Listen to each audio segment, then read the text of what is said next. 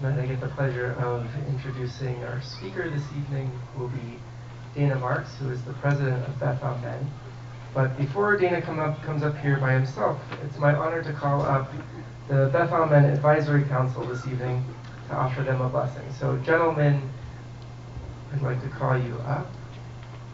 You know who you are. Some of them are away and traveling this Shabbat, but we bless those whom we have here tonight.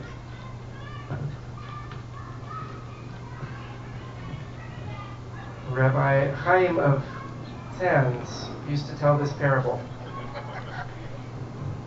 Not Chaim. A man wandering lost in the forest for several days finally encountered another. He called out, "Brother, show me the way out of this forest." The man replied, "Brother, I too am lost. I can only tell you this. The ways I have tried lead nowhere. They have only led me astray. Take my hand and let us search for the way together." Rabbi Chaim would add, "So it is with us. When we go our separate ways, we may go astray. Let us join hands and look for the way together." Steve, Ron, Dana, from heated discussions over cool locks to serving up steamy hot dogs at the Purim Carnival, under your leadership, Beth Amen continues to create opportunities for us to come together to live out our Jewish values and build community, and the occasional sukkah as well. Indeed, when you go your separate ways, you may go astray. But when you create opportunities for our members to join hands and look for the way forward together, you create bonds of meaning and friendship. My blessing for you tonight is from the blessing that God gave to Joshua as he prepared to lead the Israelites into the promised land. Chazak ve'amatz. May you continue to have the strength and fortitude to create opportunities that foster a sense of community and a spirit of brotherhood among the men of Bethel. And may you continue to be a source of support and strength to the larger Bethel community as well. Thank you for all you continue to do. May you go forward from strength to strength.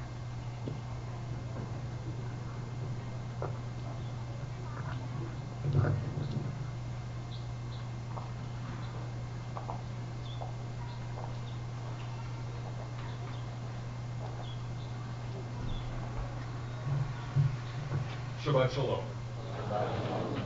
Let me start out by giving a big mazel tov to Fred and Sherry on 50 years of marriage. It's truly a sign of love and commitment that is only achieved by a handful of people. Also, I'd like to thank Zoe Parker for leading us in the Ve'ahavta tonight. We look forward to your teaching next week. The curtain goes up, and Tevye says, "A fiddler on the roof." Sounds crazy, no? But here in our little village of Anatevka, you might say every one of us is a fiddler on the roof, trying to scratch out a pleasant, simple tune without breaking his neck. It isn't easy. You may ask, why do we stay if it's so dangerous? Well, we stay because Anatevka is our home. And how do we keep our balance? That I can tell you in one word. Tradition. Sing with me. Tradition, tradition, tradition. Thank you. We are a people of tradition. While we cling to our traditions, those traditions are malleable and are not cast in concrete and tend to morph over time. An example, in the 1970s and 1980s, Susan and I were members of Temple Emmanuel in San Jose. One of the very influential members and a former president of the congregation was called for an aliyah, and he steadfastly refused an offer of talit and kippah. Later, he told me that he absolutely refused to wear the traditional accoutrements of prayer because he was a Reform Jew. The Reform movement did not require them, and that is what made us Reform Jews. That mid-century attitude was a reflection of Rabbi Eugene Borowitz of blessed memory, the leading Reformed theologian who championed an individual choice or autonomy as a key feature of the Reform movement. Thus, it was up to each individual Reformed Jew at that time to decide which rituals were meaningful to him or her. Another example. At our guys' nights out, we sometimes go to a place for pizza. There's always meat lovers who would like to have meat on their pizzas, and at the same time, there are those who don't think it's right for us to serve communal pizzas containing meat. This is the battle between minhag, custom, and the laws of kashrut. We had a very nice debate about this at last month's Hot Topic breakfast. On the one hand, as a Jewish organization, we should be keeping to kosher style in our ordering for the group, even when we are off campus. On the other hand, there are always cheese or veggie pizzas for those who don't want meat. We ended up deciding that when BAM is providing the food for the group, it should be kosher style, whether we are here or off campus. I think it's an equitable solution to a very divisive issue. Now that brings me to this week's Torah Parsha, Devarim. The first verses of the book of Deuteronomy start out with Moses reviewing what has happened over 40 years since leaving Eretz Mitzrayim. God says to the Jewish people, Rav lachem shevet bahar hazeh. God says, enough of dwelling at this mountain. It's time to move on, striking a new path rather than lolling in the security of that which we have always done. Rabbi Rick Jacobs, president of the Union for Reform Judaism, said in his weekly podcast, On the Other Hand, what an amazing statement to a religious community, because how often are we as communities of faith locked into not only a place, but also a way of being, a way of thinking, a way of practicing. And here we have to be shaken out of that sense, either that lethargy or that commitment to the status quo. So the teaching is appreciate how far you've come. Appreciate all that you've done in this place. But to be on a religious path means to be moving forward, to enter into new ways of thinking, new ways of practicing. We now change the scene to Pittsburgh in 1999. The Reform Movement's Pittsburgh platform of 1885 had already been revised twice, but it still did not address the struggle between fitting in with our non-Jewish neighbors and maintaining our individuality that sets us apart from all other peoples. The Statement of Principles, adopted in 1999, caused a sea change within the Reformed Judaism and shifted the center of gravity of the Reform movement to a more traditional place, to more traditional styles of study and prayer, bringing in more Hebrew, opening the door to the wearing of kippot, talit, and even tefillin, while still maintaining space for individuality and rituals. That significant change was led by Rabbi Richard Levy, of blessed memory, then president of the Central Conference of American Rabbis. In 2015, referring to the Pittsburgh Principles of 1999, Dr. Michael A. Meyer, Professor Emeritus of Jewish History at Hebrew Union College Jewish Institute of Religion, wrote, "Writing a platform is indeed a challenging task. The platform has to be so constructed as to be wide and long enough for almost every Reformed Jew to stand on it without falling off."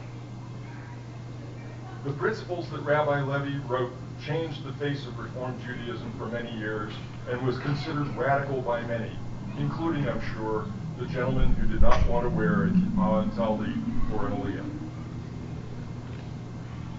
We lost Rabbi Levy just 7 weeks ago today, and much has been said about him since his passing. He was a giant among our movement, but a quiet and humble man, with a very subtle sense of humor and a huge heart, devoted to his family, his students, and social justice.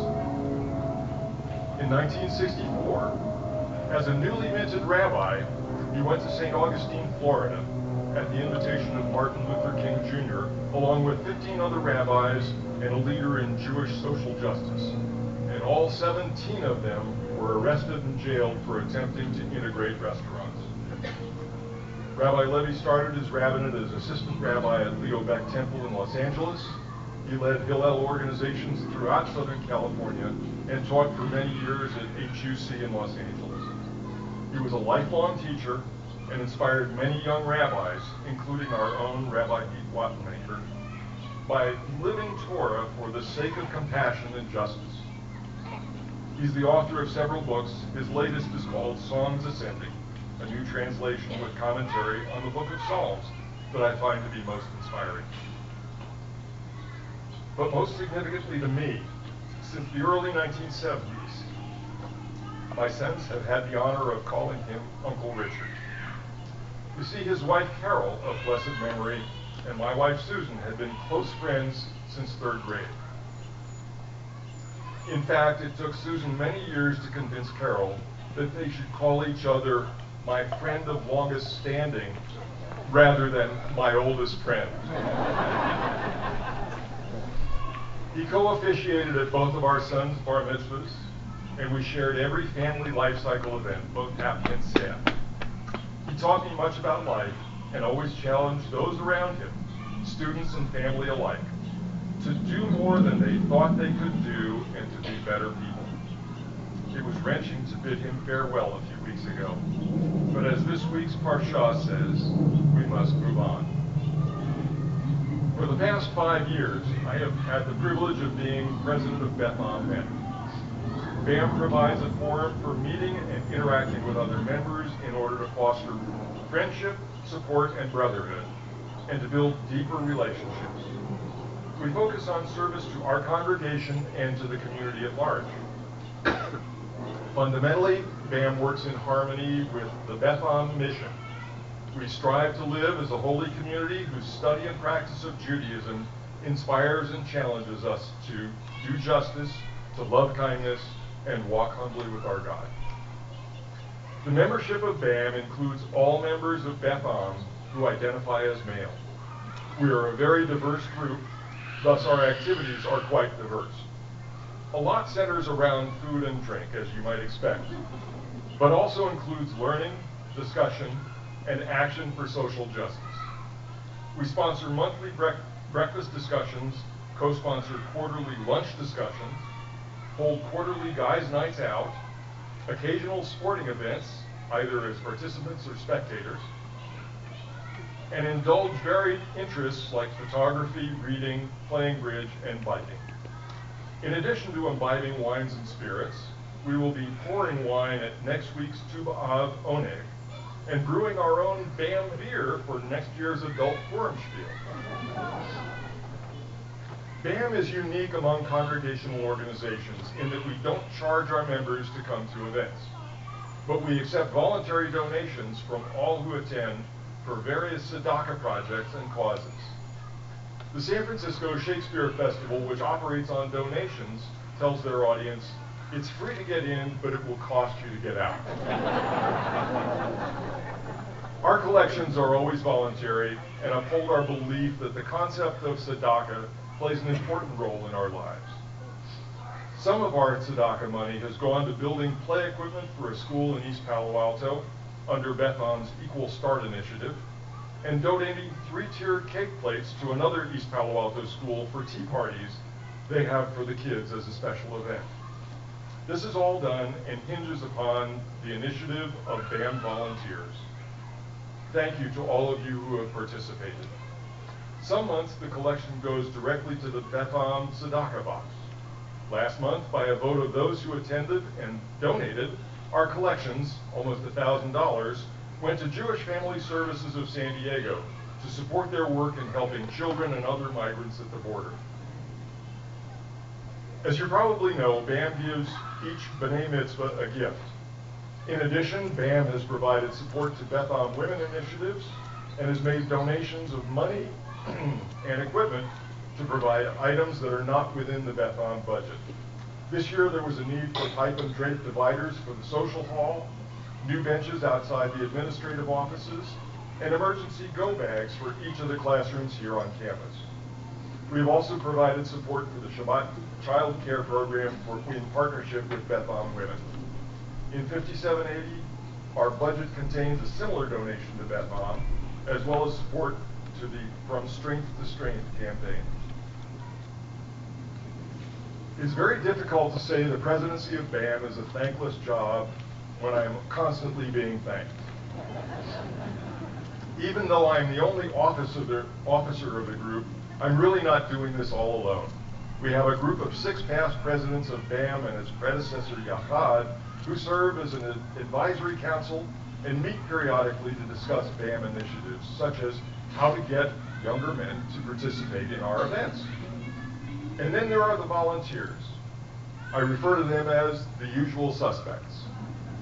They raise their hand every time we need someone to pour wine, serve drinks, provide food for our events, cook for the Purim Carnival, and both construct and deconstruct the congregational sukkah. Without their help, this would be an impossible job. Say hello to them when you get a glass of wine next time. So now, in the words of this week's Parsha, it's time to move on. There are many changes facing us in the coming year of 5780. We will be welcoming a new Director of Learning and Educational Innovation, Sarah Lowy, and a new Youth Advisor, our own Molly Rossman.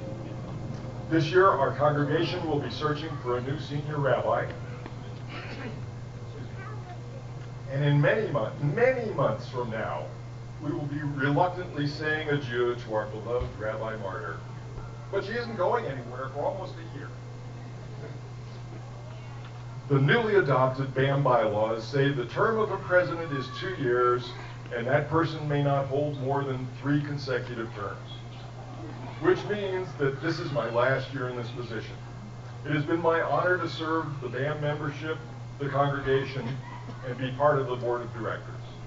The BAM Advisory Council will soon choose someone to work with me this year to learn how things work and to take on the presidency next year. That is a lot of moving on, but move on we must, and we will, because we are up to the task. With hope in our hearts and our eyes set on the horizon, as there are many good things to come. So we will cling to our traditions and create new traditions as we go. But in the words of Parsha Devarim, God says, Rav lachem shevet b'har hazeh. Enough of dwelling at this mountain. It's time to move on. Let us all move on in strength and with compassion. Shabbat Shalom.